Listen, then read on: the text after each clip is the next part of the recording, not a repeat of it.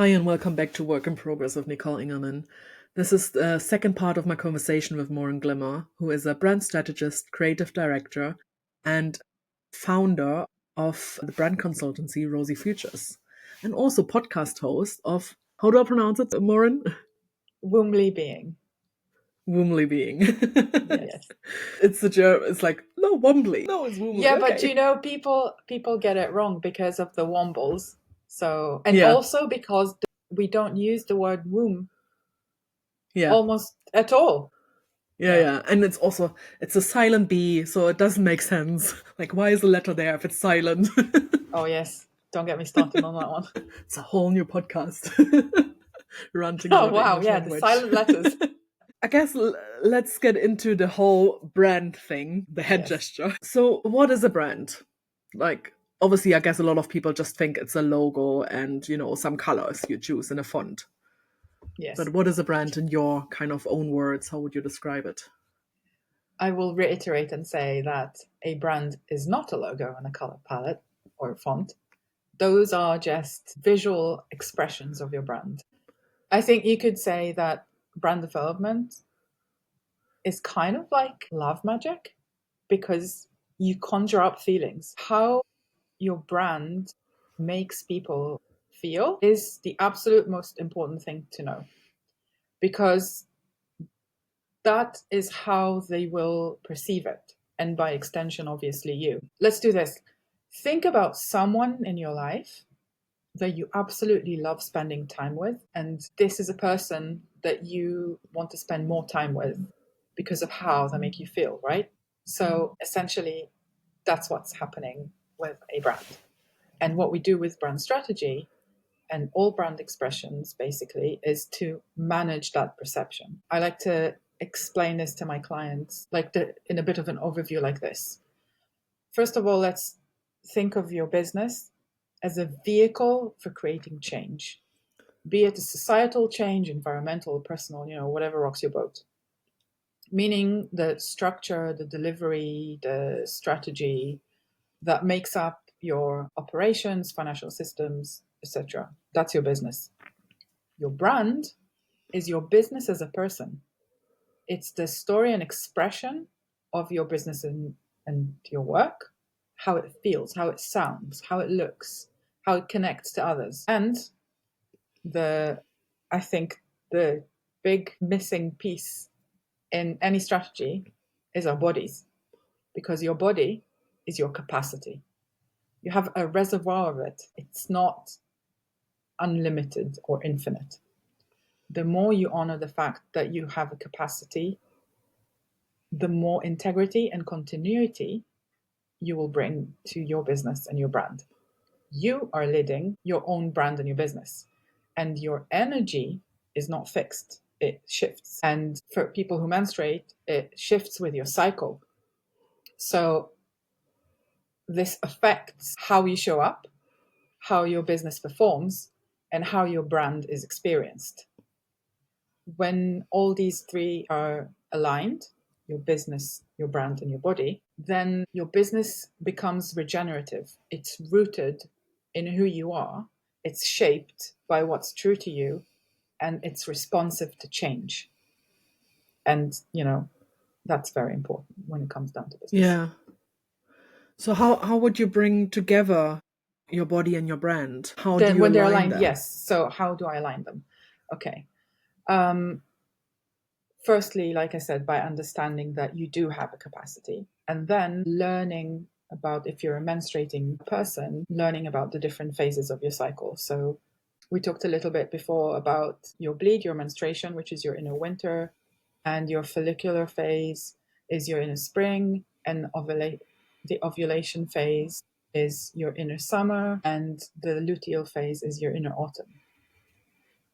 And in general, this is a guide. As I said, like, different bodies have different cycles, and even each body, their cycle changes over time, depending on what's happening in your life. And, just growing up, getting old, I guess. Your inner winter is when you bleed. So you naturally have lower energy, but it's also when your wisdom and intuition are heightened. So it's a really good time for reflection. And you can, understand things on a deeper level. For example, the big why that underpins your business. And you can note down ideas, but don't take any action yet. And then the next phase of your cycle is your inner spring. So this is a really good time for, planting seeds like you would in springtime.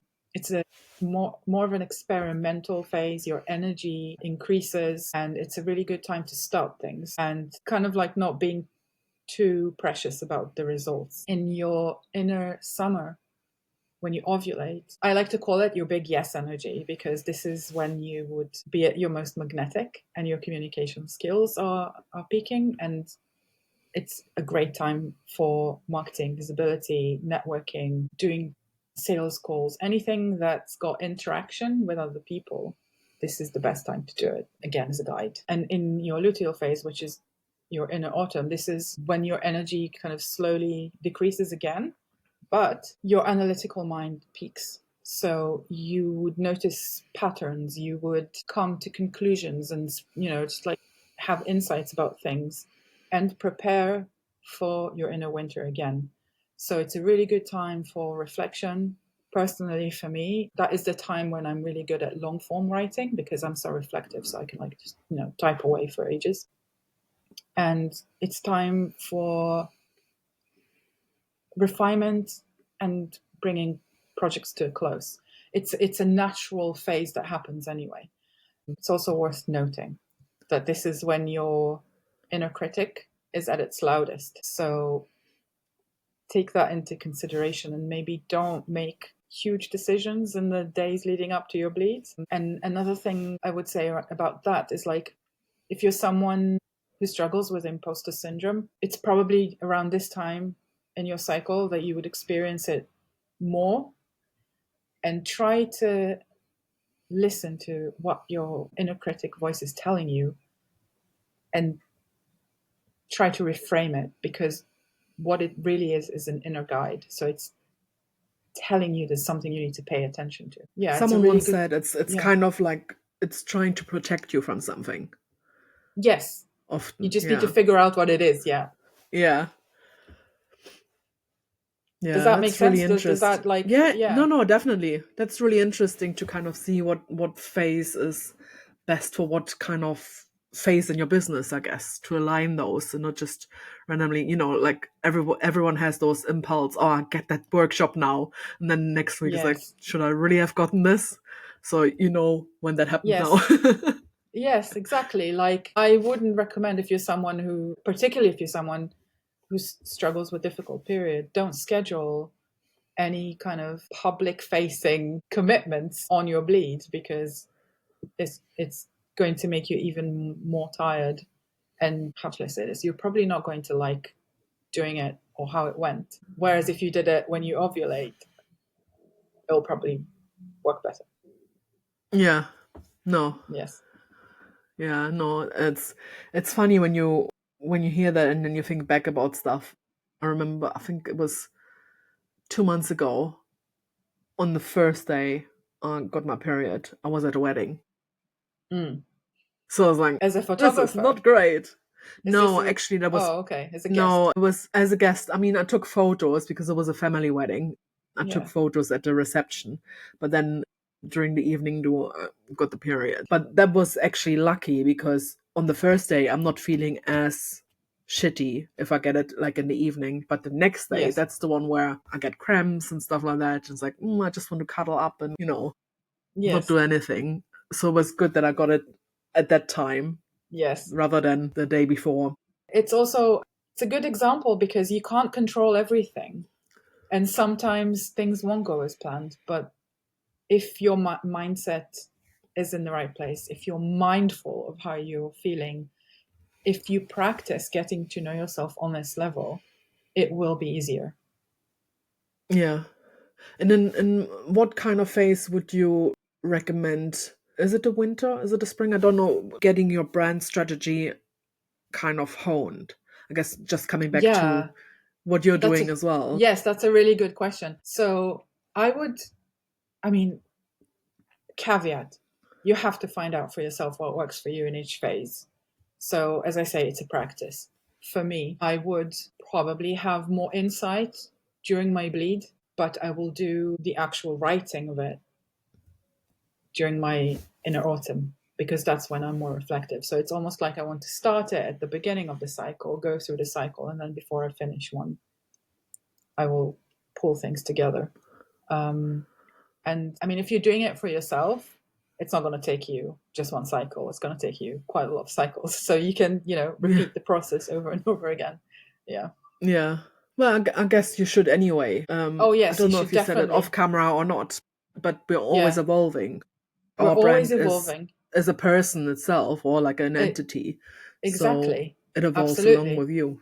It does. And you also need to revise it and review it, let's say every 6 months, every 12 months, to make sure everything still makes sense and it's aligned.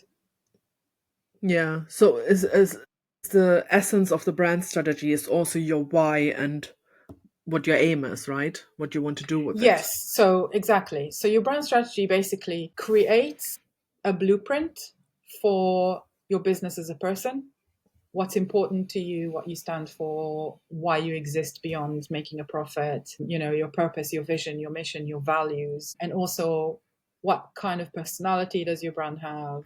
What's the voice, the tone, the core messaging? That's the absolute core of a brand. It's the foundations that set kind of like, let's call it a playbook, or even better, it's a decision making tool. Because how do you know if an opportunity is a good opportunity? What do you weigh it against? So you would weigh it against, does it fit with where I'm going? Does it fit my mission? Does it fit my vision of the world? Does it support, does it align with my values, or are they clashing? If they're clashing, it's probably not going to be a good collaboration or whatever the opportunity is. But it's not enough to know yourself. You also need to know your audience. And it's almost like, if we're going back to love magic or love in general, how can the saying, how can you love someone else if you don't love yourself? Yeah. So you need to know yourself, you need to love yourself, you need to know someone else in order to love them as well. So this is two chunks of what we're doing in brand strategy, and connecting them together, see where things overlap, so your brand and your audience can become best friends. And we also look at your category, the market and the cultural context, to understand what positioning you can claim. Does that make sense? Yeah, no, definitely. So I guess we haven't really discussed this before, but what do you think about niching down then? Because that's what everyone is talking about, like niching down, niching down. Yeah, niching Do down. you think that's really important or?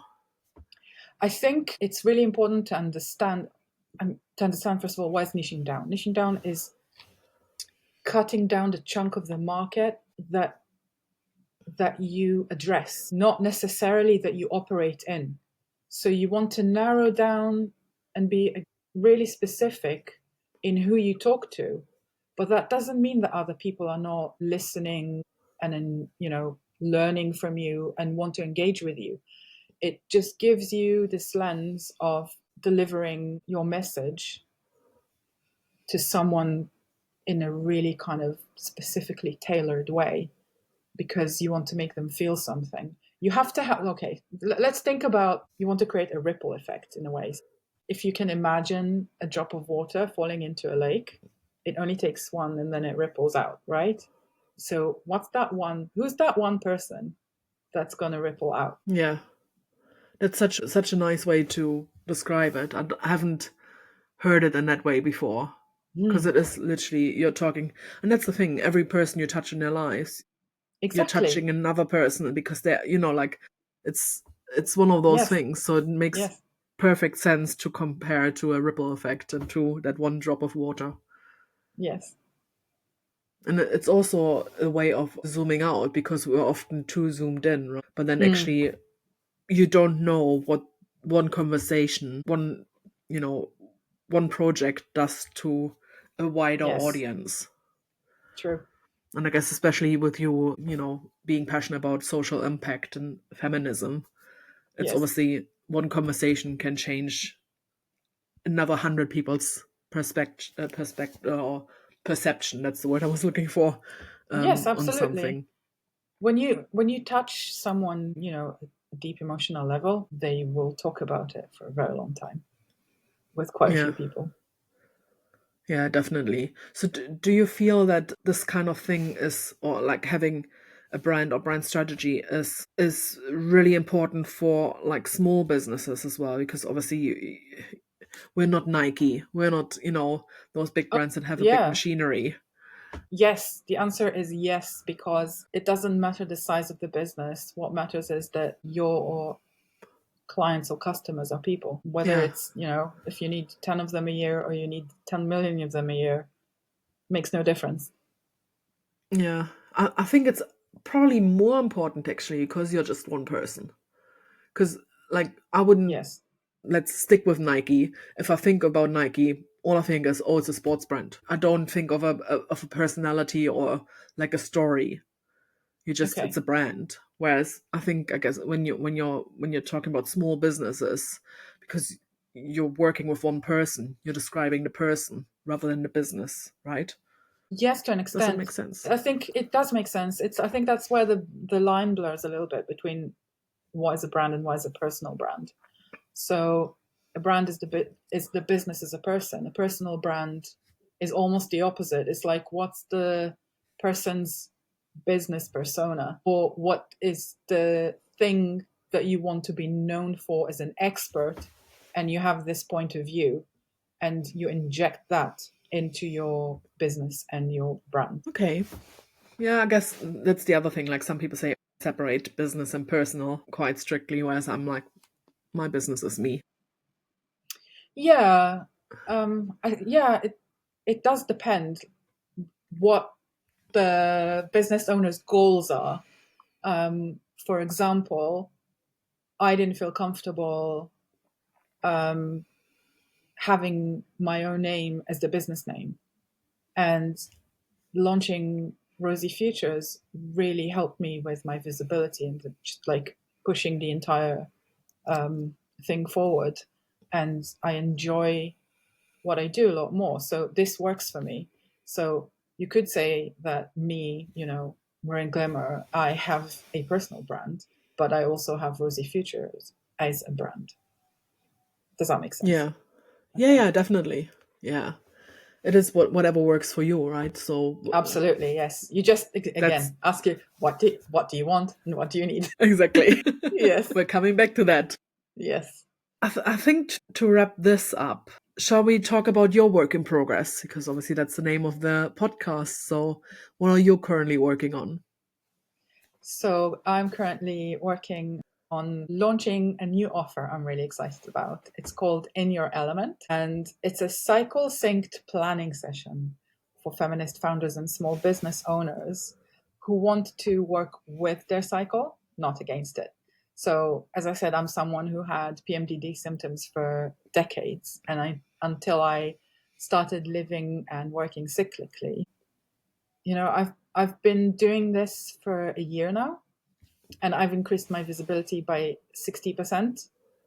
And in this session, what I do is basically guide you through the phases of your cycle, specifically yours, not just in general. And together, we'll create a cycle smart brand visibility plan for your business that shows you when to create, when to connect, and when to rest throughout the month. But it's not just a planning session, it's basically a reset. What we're building is a rhythm that brings your visibility into harmony with your body and your business goals. And there's also 30-day support on Slack, so I'm with you for a whole cycle. And the beautiful thing is that this is a repeatable process, so you can apply it basically to anything, not just marketing and visibility, but also things outside of your business too. Okay. So, is it one session and then the 30 It's days of one session. support? Yeah, yeah. It's one Okay. session for 90 minutes and then 30 days. It's really great. I love that idea. Mm, thank you. And I guess the other thing is when people want to know more about, how to apply. I mean, you touched on it already really well, how to apply the phases of the cycle to, business planning and all those kind of things, they can also listen to the podcast because you're touching on that as well, right? Yes, absolutely. So podcast and that offer as well. Yes, our podcast will be being particularly episode 3, which is called Building a Business That Flows With You. And yes, my new offer.